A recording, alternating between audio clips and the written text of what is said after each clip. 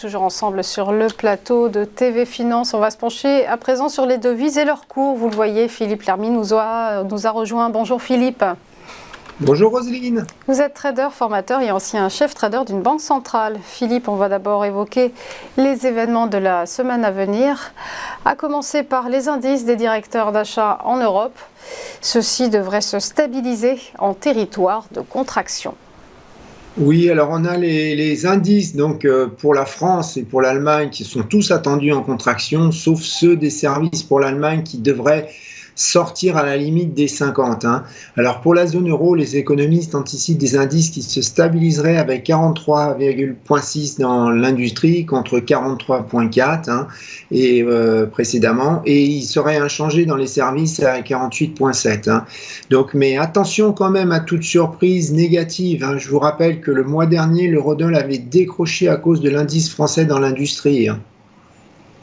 Et on enchaîne avec la décision, la réunion de politique monétaire de la BCE. Et là, pas de hausse de taux attendue, a priori. Oui, alors si les taux directeurs restaient inchangés, ce serait la première fois en 10 meetings. Alors actuellement, on a le marché interbancaire des swaps Euro Short Term Rate qui anticipe donc une hausse à seulement 34% pour la réunion de jeudi et à 42% pour celle de décembre. Donc 42%, ça fait presque 1 sur 2. Donc il y a encore peut-être potentiellement une hausse dans les tuyaux. Alors bien souvent, comme vous pouvez le voir sur le graphe, le marché anticipe ensuite des baisses de taux trop rapide avec une première baisse qui serait attendue pour juillet 2024. Ce sont les courbes en vert et en bleu. Et en tout cas, c'est pas ce que pense la Banque Crédit Agricole quand on voit la courbe en violet, et je dirais moi aussi. Alors, si les taux directeurs restent inchangés lors de ce meeting, le focus des traders risque de se tourner du coup sur le quantitative easing et sur toute allusion éventuelle donc à une hausse des taux directeurs en décembre. Alors, il y a quelques temps, je vous rappelle que le marché spéculait sur une fin anticipée des réinvestissements dans le cadre du quantitative easing, mais cela me semble peu plausible maintenant, puisqu'on a vu, il y a eu une hausse renouvelée en septembre des spreads de taux d'intérêt entre les différents pays de la zone euro.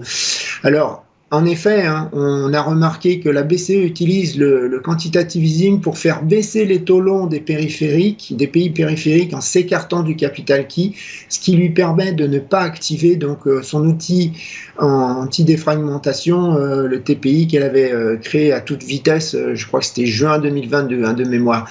Donc, à l'inverse de ce que l'on pourrait croire, si la BCE annonçait donc une accélération des non-investissements du QE, l'eurodoll pourrait non pas monter, mais baisser à cause d'une tension qui serait accrue sur les taux des périphériques. Alors, c'est pourquoi je crois que les journalistes ne vont pas manquer de lui poser des questions sur ce sujet et Madame Lagarde ne devrait pas annoncer de changement. Alors bien sûr, on surveillera aussi toute allusion sur ce sujet.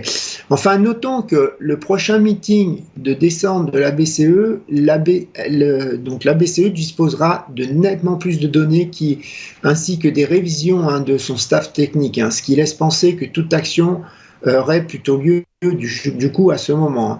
Alors quoi qu'il en soit, toute hausse éventuelle de l'eurodoll jeudi devrait être contenue avec le conflit Israël-Hamas.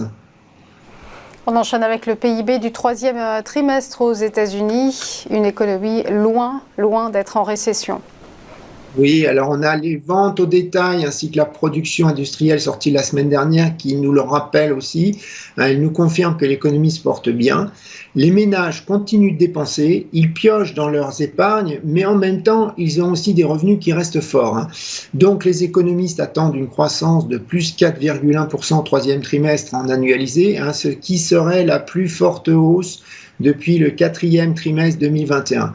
Alors en tout cas, ça risque de swinger sur ce chiffre, sur les marchés, car les anticipations des économistes sont très dispersées, avec même un économiste qui lui prévoit 6%.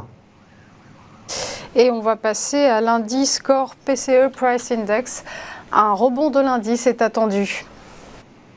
Oui, alors un rebond sur le mois avec plus 0,3%, mais en annualisé, sur un an glissant, je dirais plutôt, il est attendu en baisse à 3,7% à cause des effets de base.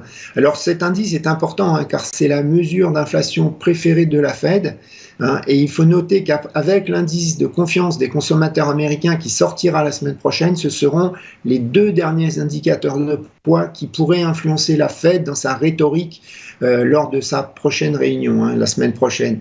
Ce qui alimenterait toute spéculation en faveur d'une hausse des taux directeurs, mais plutôt lors de la dernière réunion de l'année.